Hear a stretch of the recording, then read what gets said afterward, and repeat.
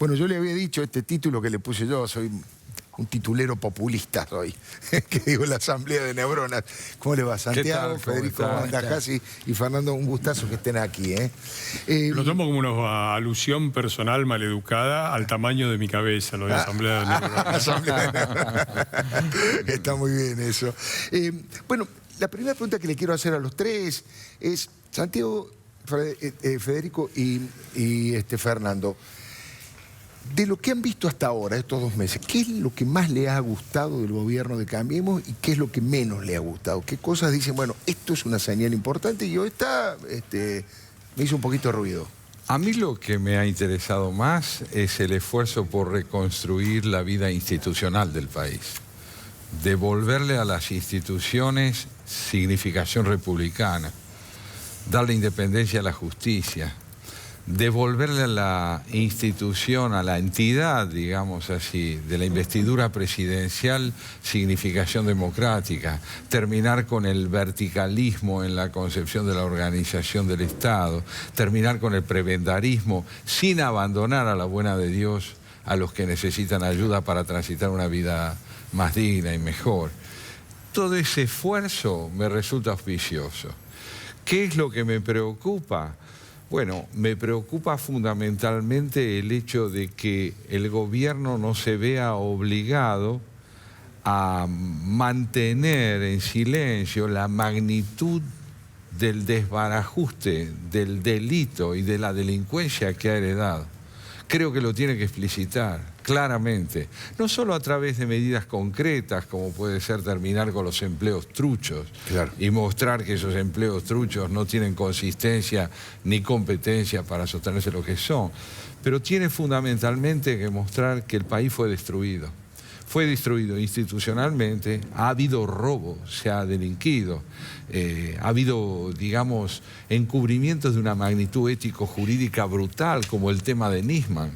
Claro. Sobre todo esto creo yo que es preciso que el gobierno proceda con fuerza, proceda con claridad, y espero que el presidente en su discurso del 1 de marzo no solo nos cuente y nos diga hacia dónde quiere él que vayamos, cuál es su expectativa del resarcimiento del país. Es necesario que los argentinos comprendan de dónde venimos. ¿De dónde venimos? Bueno, dicen que puede ser así. Sí, por lo menos los mentideros políticos dicen que la mitad del discurso va a estar dedicada a lo que pasó. Yo creo que va a ser un enorme bien al país. Y la segunda, veremos si eso realmente se confirma. Federico, es la misma pregunta, digamos, ¿no? Mirá, yo veo muchos actos de gobierno y hay muchos que me parecen muy loables. El primero, y para mí el más importante, es esta voluntad de terminar con la grieta, con la famosa división social, que realmente ya durante los últimos años del kirchnerismo era insoportable. Me parece que esta voluntad manifiesta de quitar la cuña y dejar de inyectar nafta, digamos, en ese lugar ya de por sí tan complejo, le quitó presión, digamos, a esta grieta. Yo, es más, me atrevo a decir que en vastos sectores esta grieta ya se hace sentir menos. Entonces, esta voluntad, digamos, de conciliación a mí me parece fundamental. Después, me parece sí que además el macrismo ha tenido la habilidad, quizá no por mérito propio, sino más bien por demérito de cierta parte de la oposición, de trasladar esta grieta al peronismo. Me parece que hoy, digamos, el peronismo está sufriendo, y esto no es bueno para el peronismo, está sufriendo esa misma impronta que el kirchnerismo le puso a la sociedad. Me parece que hay un peronismo que se está queriendo asomar con voluntad de poder. Urtubey de un lado, Massa, digamos, de otro lado, esto es referente al peronismo, y el kirchnerismo sistemáticamente les pone el pie encima como para que no surja nadie, ¿no? Claro. Entonces, esta grieta parece trasladarse al peronismo. Y después, en el haber, me parece que hay cierta demora en activar las políticas culturales, que para mí es lo más importante y lo más prioritario. Ya después me puedo extender un poco más, pero creo que ya hay que empezar a construir esas políticas culturales que se está haciendo sentir ese vacío. Interesante. Fernando, esta primera vueltita que estamos dando. Mira, yo creo que los tres principales problemas del país han tenido tres respuestas bien rápidas y notables. El primer problema del país es la inseguridad y el crimen organizado. Y hemos tenido una declaración muy clara de los responsables, de la ministra Bullrich, pero también del gobierno, de que va a haber una lucha despiadada contra el crimen organizado. Ha tenido sus altibajos, ha tenido sus problemas. Hay un gran problema para reformar las fuerzas de seguridad que durante 12 años se han transformado en un verdadero desquicio, pero hay una voluntad de combatir el crimen organizado, que es el centro de lo que después termina en la seguridad. Me parece que eso es una gran noticia. Es una gran noticia la salida del cepo. Se venía el mundo abajo, ¿no?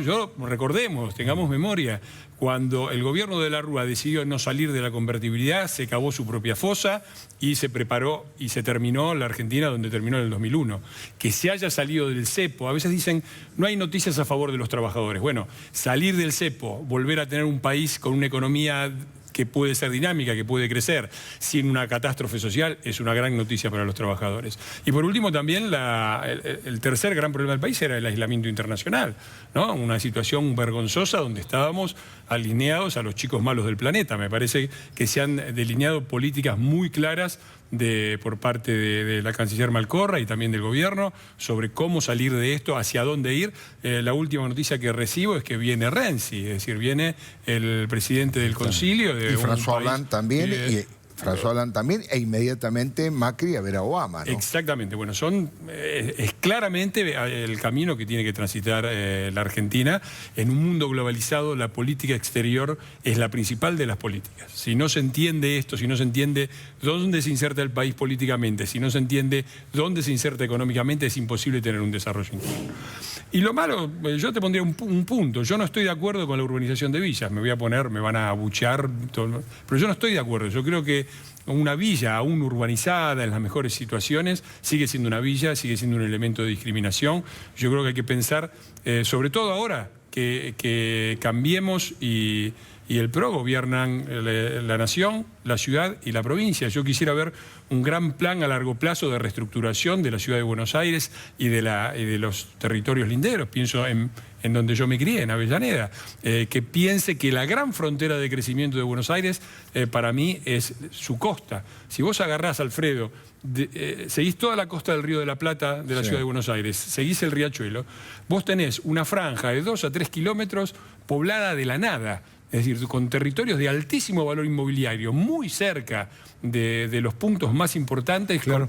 Y ahí se podrían hacer muchísimas cosas. Para mí hay que sacar el aeropuerto, el aeroparque, hay que centralizar en Ezeiza, hay que poner un tren de alta velocidad que vaya por abajo del Riachuelo hasta Ezeiza, hay que utilizar eso como si fuera un subte, hay que prolongar los subtes hasta esa línea y hay que relocalizar, por ejemplo, en ese marco, y vuelvo a la urbanización de villas, creo que es pensable la relocalización de la gente que hoy vive en la Villa 31, en viviendas dignas, en viviendas populares, en viviendas que estén en un subte que los lleve al centro de la ciudad en 15 minutos, que es la razón por la que ellos están en la Villa 31. Y eso me parece que es una enorme frontera de crecimiento para la ciudad, para el país y para la provincia. Y me parece que faltan planes de más largo plazo, sobre todo ahora que se tiene el poder político en los tres sectores.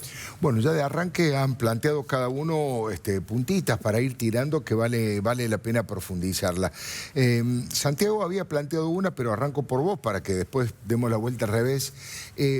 Respecto de que lo que yo le decía a Rodríguez Larrete, yo también lo vivo, como reclamo del ciudadano común en las radios, que es esto de que da la sensación que el gobierno le pone, está tratando, gobernando lo mejor posible hacia adelante, pero que no se quiere meter demasiado con lo que pasó en la Argentina. ¿Vos sentís que eso es así? Y si es así, ¿por qué crees que lo hace? Y si crees que lo hace, si te parece bien o mal. Bueno, el gobierno tiene funciones distintas a quienes tratamos desde el periodismo, desde la escritura, de pensar el país, ¿no? Está bien el planteo, pero también me pregunto, en una situación donde la Argentina hace 4 años que no crece, hasta dónde malas noticias dadas desde la Presidencia de la Nación ayudan a mantener un cierto optimismo en el país. Sí. Me parece que el gobierno está apostando todo a mantener un cierto optimismo, a mantener un tono positivo de las noticias para permitir que haya inversiones y que la economía no se termine de parar. Sí. A mí me gustaría decir algo sobre lo que dijo Federico. Yo comparto la ambición de de cerrar la grieta, pero me gustaría, escucho algo que no viene exactamente del gobierno, me parece que a veces viene de la sociedad, que es este requerimiento de tiremos todos para el mismo lado, ¿no? Basta de grieta, tiremos todos para el mismo lado. Y una confusión que a mí me parece peligrosa, confundir la grieta con el debate político y con el debate político fuerte. Me parece importante aclarar esto, no digo que vos lo hayas dicho, pero me parece importante. La grieta en Argentina no surge del debate político, surge de la voluntad de uno de los sectores políticos desde el Estado de transformarse en el todo y clausurar el debate político. Claro. Porque si un sector es la patria y el pueblo y los demás somos la antipatria y el antipueblo, ahí nace la grieta. Por lo tanto, yo no creo que el debate político abra la grieta. Yo creo que por el contrario, el intento de clausurar el debate político es la que la cierra. Y la Argentina no solo ha sufrido sus divisiones, la Argentina también ha sufrido sus uniones con malos motivos. Yo lo he vivido, inicio de los 70 se venía la Revolución Socialista y estaba bien matar porque se venía el socialismo. Después hubo un cierto consenso acerca de que con la subversión había que terminar con ellos como fuera. Después hubo consenso para aplaudir a Galtieri y Malvinas, después hubo consenso alrededor de la convertibilidad, después hubo consenso y 54% para el kirchnerismo. La Argentina ha sufrido no solo de sus divisiones, ha sufrido también de sus uniones sobre objetivos muchas veces deleznables.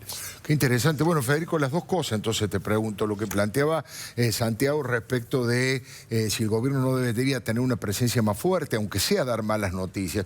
Yo creo que decir que se encarcela a un vicepresidente que es un malandra que no ha dejado delito por cometer, o a un empresario como Lázaro Báez, que ha sido socio del gobierno durante 12 años y se ha enriquecido, creo que eso es una buena noticia para los inversores. Quiere decir que se empieza a hacer justicia y que el que viene con honestidad a invertir no tiene que pagar coimas y tiene que venir a trabajar.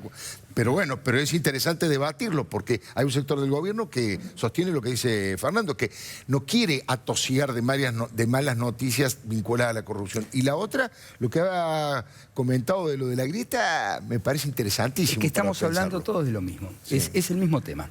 Exactamente, yo estoy completamente de acuerdo con vos y estamos hablando de lo mismo. Yo creo que esto que se dio en llamar la grieta es artificial. Justamente se creó esto para que el debate no transcurra por los carriles por los que debería transcurrir. Yo provengo de la izquierda y a mí me enseñaron, quizá digo, esto hoy pueda ser discutible, que una sociedad se divide en clases sociales. Insisto, esto puede ser discutible. Pero uno no puede negar, digamos, que ese troquel de la sociedad algo de lógica tiene. Cuando dentro de una familia los miembros de una familia que pertenecen a una misma clase social terminan peleados, dejan de hablarse, cuando los compañeros de trabajo se pelean a grado tal que evitan encontrarse, cuando los amigos se distancian, esa grieta es artificial, porque pasa por otro lugar. Entonces yo creo que sí, que el debate es fundamental, que tenemos, además este es un momento privilegiado para volver a debatir, pero encarrilando el debate por donde tiene que pasar. Y entonces, esto me parece que empalma con esto que hablábamos recién. Estamos hablando los dos también de cierta mora que uno nota, que podría ser, digamos, con lo que mencionaba Santiago, digamos, este afán de no dar malas noticias o de mantener el humor social, que uno también nota que esto de lo que yo te hablaba, esta demora, digamos, en tomar decisiones en el campo de la cultura, a lo mejor también tiene que ver con esto de intentar poner paños fríos. Ahora, yo creo que hay algo que los políticos tienen que entender y es el lugar de la cultura. La cultura no es un detalle pintoresco, no es secundario. La cultura es el eje de una sociedad, junto con las relaciones internacionales. Si nosotros nos fijamos, digamos, cómo el mundo llegó a ser hoy lo que es, tenemos que pensar en cómo fue la historia de la cultura. Este predominio de la cultura anglosajona actual, de la economía anglosajona, tiene que ver con el desarrollo cultural, por ejemplo, de Inglaterra. Digo, en sus momentos críticos, ¿quién surgió? Surgió Shakespeare. Shakespeare expandió la cultura inglesa por fuera de sus fronteras. Luego surgieron los románticos en el siglo XIX, que volvieron a poner a Inglaterra, a instalarla como faro cultural del mundo. Y más tarde, cuando eso languidecía, aparecieron en el siglo XX los Beatles, los Rolling Stones, ¿no? Ahora en la Argentina. Es decir, la cultura siempre fue la locomotora y detrás de la cultura vinieron los negocios, ¿no? Esto desde Marco Polo en adelante lo podemos ver, como primero viene la cultura y después vienen los negocios. Entonces, lo que me parece que tienen que ver los políticos es la importancia central que tiene la cultura en una nación. Qué interesante. Yo tengo ganas de preguntarle algunas cositas a Santiago respecto de hechos concretos vinculados a la grieta. Mire, le voy a poner un ejemplo, pero lo vamos a hacer después del corte. Vamos a esperar la respuesta después del corte. Por ejemplo, lo que ha pasado en Radio Nacional. En Radio Nacional, ¿qué ha hecho el nuevo gobierno, la nueva gente, Hernán Lombardi, Jorge Sigala, Ana Herchenson? ¿Qué han hecho allí? Básicamente no le han renovado el contrato a los hombres más salvajes que han atacado y perseguido el periodismo independiente desde 678, pero han dejado algunos emblemas del pensamiento kirchnerista como Eduardo Oliverti, como José Pablo Feynman, como Mario Weinfeld, como Eduardo Anguita, han quedado. Eso ha generado un debate hacia ambos lados. Un debate que los kirchneristas lo acusan a ellos de traidores. Escuchame, le echaron a Cintia García, lo echaron a Barragán y vos, a Oliverti, te quedás en Radio Nacional. Y del otro lado, la gente que era crítica del kirchnerismo dice, estos tipos todavía siguen trabajando en Nacional y vamos a tener que pagar todos los argentinos a ellos para que sigan haciendo kirchnerismo. Mire qué debate interesante. Esa va a ser la primera pregunta que le voy a hacer a Kovalov cuando volvamos del corte. Ya venimos. Bueno, interesante conversación, interesante debate con Santiago Kovalov, con Federico Andajasi y con Fernando Iglesias. Yo le había dejado planteado a Santiago, trataré de resumirlo para no volver a decir lo mismo, pero básicamente lo puse como ejemplo a Radio Nacional, pero se da en varios lados, porque ahí hay personajes conocidos para el ciudadano común. Bueno, no trabajan más algunos personajes que trabajaban en 678, pero siguen trabajando en Radio Nacional, gente muy cercana al kirchnerismo y que defendió sus políticas, como Eduardo Oliverti, como José Pablo Feynman, etcétera, etcétera. Y reciben críticas de los dos lados. Bueno, ¿cuál es tu posición? ¿Qué hubieses hecho vos si te tocaba a vos tomar una decisión así? Sí. En primer lugar, me parece interesante celebrar que se hayan quedado. Es decir, que hayan tenido la libertad para decidir quedarse, es decir, para aceptar, seguir sosteniendo sus opiniones en el marco de un gobierno distinto de aquel al que representan. Me parece un gesto civilizado por parte de ellos. Por parte de los que se quedaron, no de los que le ofrecieron que se quedaran. No, que ellos aceptamos quedarnos, estamos ante un gobierno que no es el nuestro y agradecemos poder contar con una libertad que, lo que sigue es opinión personal mía, que no pudimos ofrecer a la oposición cuando éramos gobierno. Bueno, no creo que digan eso, no, Santiago, no creo que digan eso. Me parece interesante recordarlo. Claro, me parece interesante recordarlo. Hay una primera diferencia cualitativa. Ustedes se pueden quedar y decir lo que quieran. Nosotros, cuando ustedes eran gobierno, no pudimos entrar porque no podíamos decir lo que queríamos. Claro. Por lo tanto, cuando ellos sean gobierno otra vez, si es que ocurriera, sería interesante que nos invitaran a ver si podemos opinar, cosa que no pudimos hacer en el pasado. Por otro lado, me parece muy bien que el gobierno ceda la palabra a quienes no coinciden con su gestión, porque esto ayuda a enmarcar la disidencia en el marco de un debate cívicamente más maduro. No vamos a coincidir, pero vamos a discutir en un marco donde no hay exclusiones. Claro. Donde la diferencia no lleva como desenlace necesario la negación de la palabra del otro. Ni la agresión, ni la injuria. No coincidiremos, discutiremos, como decía Fernando. Lo que creo que es culturalmente importante es que sepamos crear el marco dentro del cual disentir implica también convivir. Bueno, eso se llama democracia y república. Democracia y república. Así de sencillo eso es importantísimo. Eso fue la famosa democracia. Y el gobierno lo está alentando. Y la está alentando. Federico, ¿cómo lo ves vos? Sí, es que nos desacostumbramos. Mira, yo debo decir que, por lo que recuerdo, salvo algunas excepciones, durante el gobierno de Alfonsín, se vivía en los medios públicos y privados, salvo excepciones, una libertad casi de yo restricta. Lo mismo sucedió durante el menemismo y eso también es un mérito que hay que reconocerle. Mira, A mí me tocó protagonizar una polémica con la que en ese momento era la mujer más poderosa de la Argentina, No, me Marita acuerdo. Fortabat, pero además tenía un cargo casi, diría yo, nobiliario, era embajadora plenipotenciaria, no sé qué cosa. Me acuerdo. Y yo estaba enfrentado con esa mujer que era la más rica, además Además, del vos país. todavía no eras Andajasi, estabas arrancando. Estaba digamos. arrancando, Claro, exactamente. claro. Un autor inédito que de repente, digamos, accedía al mundo de la literatura contra, digamos, esta figura tan fuerte. Ahora, yo ni siquiera era consciente en ese momento, yo era un gran crítico del menemismo, un gran crítico, pero me di la vuelta al mundo presentando mi libro, hablando pestes del menemismo. Pestes, ¿eh? Y eso, digamos, no era obstáculo para estar en las embajadas, para que te recibieran en una embajada. Y la verdad es que jamás, lo tengo que decir, viví la censura, incluso protagonizando ese incidente. Cosa que uno valora mucho tiempo después, porque la verdad también hay que decir que, sobre todo durante los últimos años del kirchnerismo, yo no pude pisar Canal 7, no pude pisar Radio Nacional. No pude pisar Página 12, es decir, no solamente los medios oficiales, sino los medios paraoficiales y todo ese armado tan corrupto, ¿no? Porque detrás de todo ese multimedio oficialista, paraoficial, había gran corrupción. Lo que se está viendo ahora con la caída de ese grupo oligopólico oficialista de entonces, era una cadena de corrupción impresionante. Entonces, este es otro tema. Me parece que durante el kirchnerismo la corrupción sustituyó a la política. Es decir, los kirchneristas suelen ser bastante piadosos con la corrupción. El problema de la corrupción es que sustituye a la política. Digamos, la política es el resto, es lo que queda. Claro. Entonces, es parte de lo mismo. La libertad de expresión, la corrupción, todo esto que estamos hablando acá, esto es la política. Esto es la política, ¿no? Y no solamente los números duros y la economía. Entonces, es interesante pensar y cambiar estas ideas porque, es paradójico lo que está pasando ahora, pero es natural. Me parece bien que haya debate y que esto suceda, claro.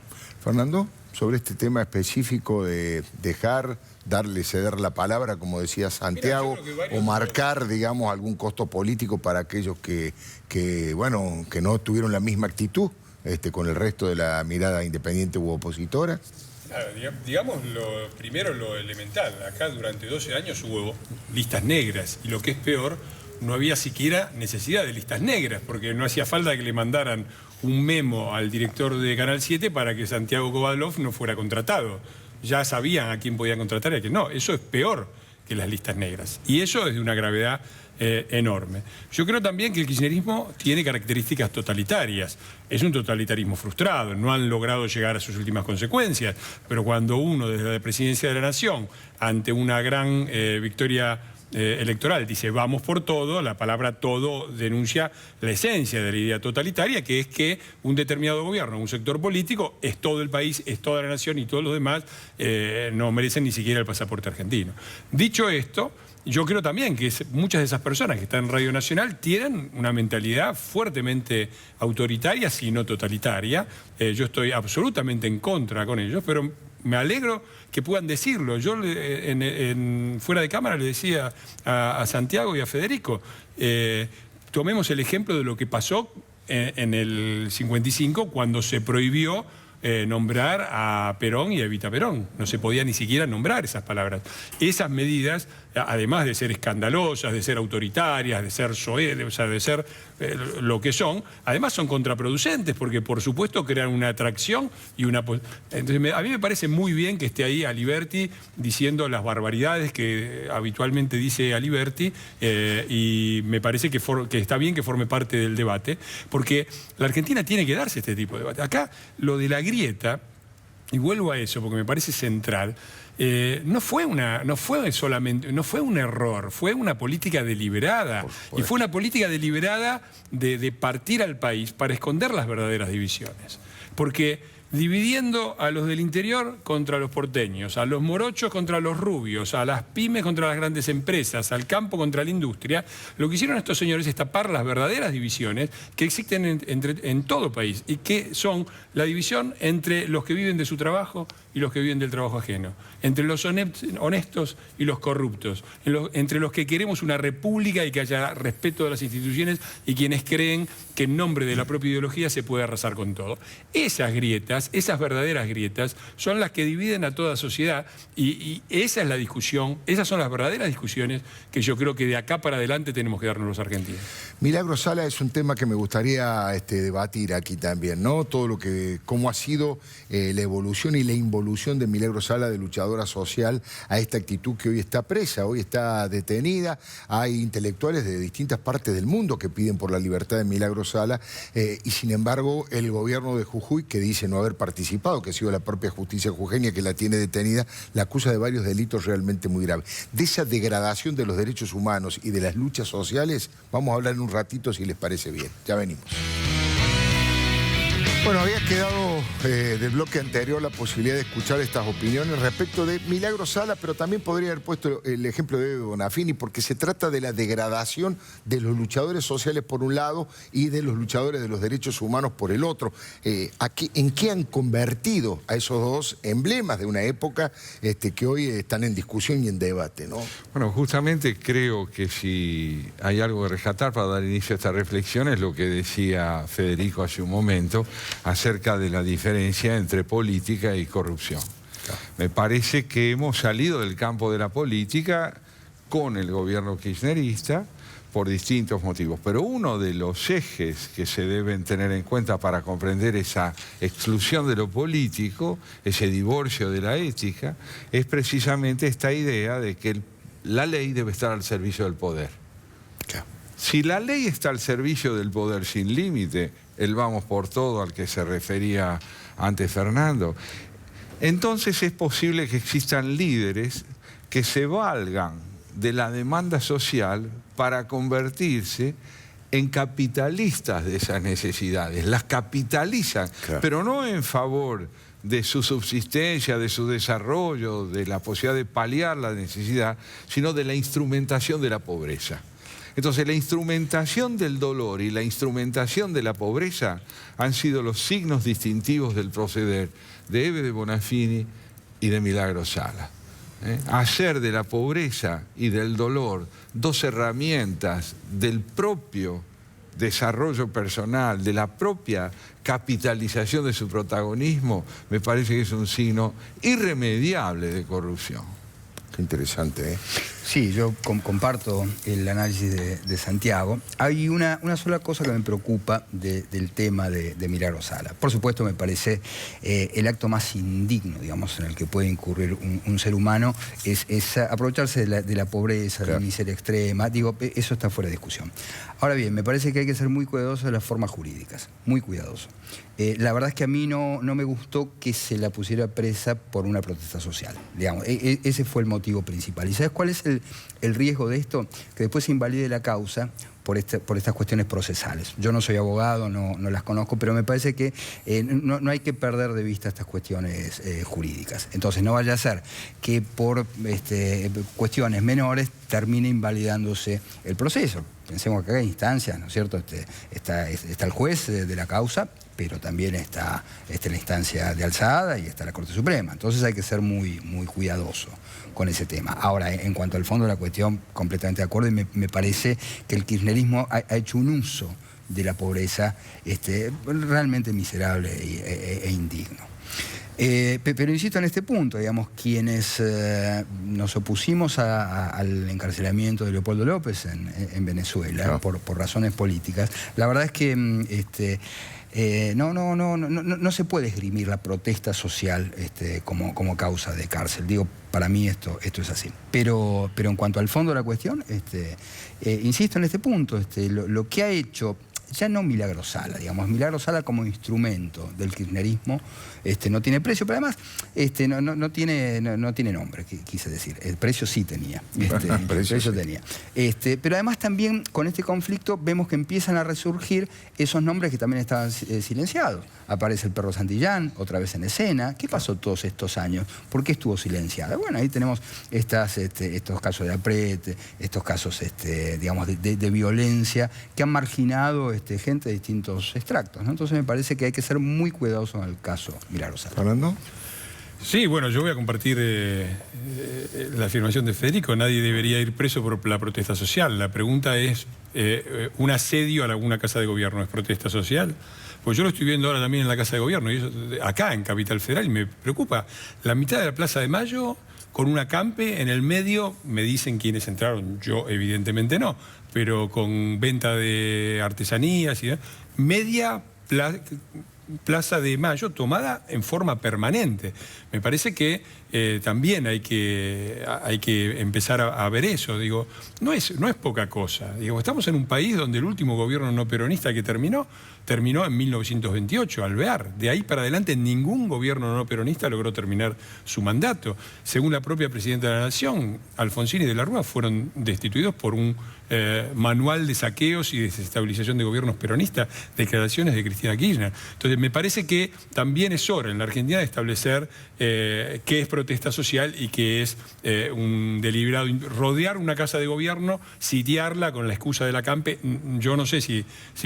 Y te cuento una infidencia con respecto a Milagro Sala. Yo estaba en la Cámara, era diputado, cuando el presidente de la Cámara era Fellner, que iba para gobernador en Jujuy. Claro. A mí, que era opositor, era de la coalición cívica, era una de las voces más fuertes y con las que menos confianza personal podía tener, me confesó en una reunión privada que tuvimos por temas inherentes al trabajo, que él iba a gobernar Jujuy intimidado, con miedo a ese estado paralelo que había montado Milagro Sala. Entonces, a mí me parece que esto es también una definición muy clara del kirchnerismo. Lo han embarrado todo y han sacado lo peor de todos y han corrido a todos, porque, por ejemplo, en derechos humanos, yo de eso puedo hablar con una cierta autoridad, porque lo conozco desde los años 80, de todos los sectores que había en derechos humanos, de las madres de línea fundadora, de las abuelas, al sector de EVE, el que potenció el gobierno fue EVE, fue el sector de EVE que era el más intolerante, antidemocrático, desde siempre, porque siempre fue eso EVE.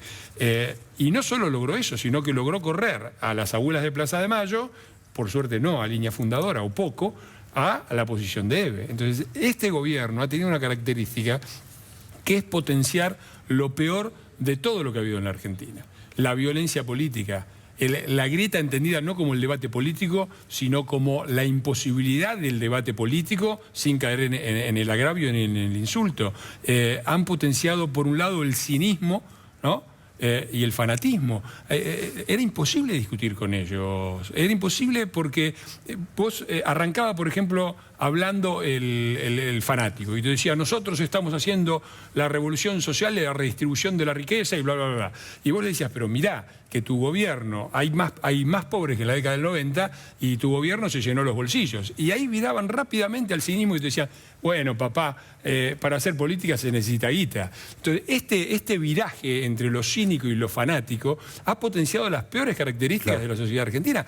Yo creo que claramente el kirchnerismo no surgió de la nada, surgió de características propias de la sociedad argentina, pero las potenció, las llevó hacia un extremo. Y yo tengo la esperanza de que se abre ahora una gran oportunidad para que dejemos esto atrás y para que la Argentina se transforme en un país normal, en un país en donde el debate político es posible y a la vez un país en el cual todos los partidos haya pluralismo, entendido no solo como la existencia de muchos partidos, sino también como el hecho de que cualquiera de los partidos elegidos por la ciudadanía puede gobernar y la cuestión de si termina o no su mandato está directamente fuera de la agenda política. Fernando Iglesias, Federico Andajás y Santiago Kovalov, fue un verdadero lujo. Les agradezco de verdad que hayan estado aquí en la Casa de los Leucos. Muy amables. Ya venimos.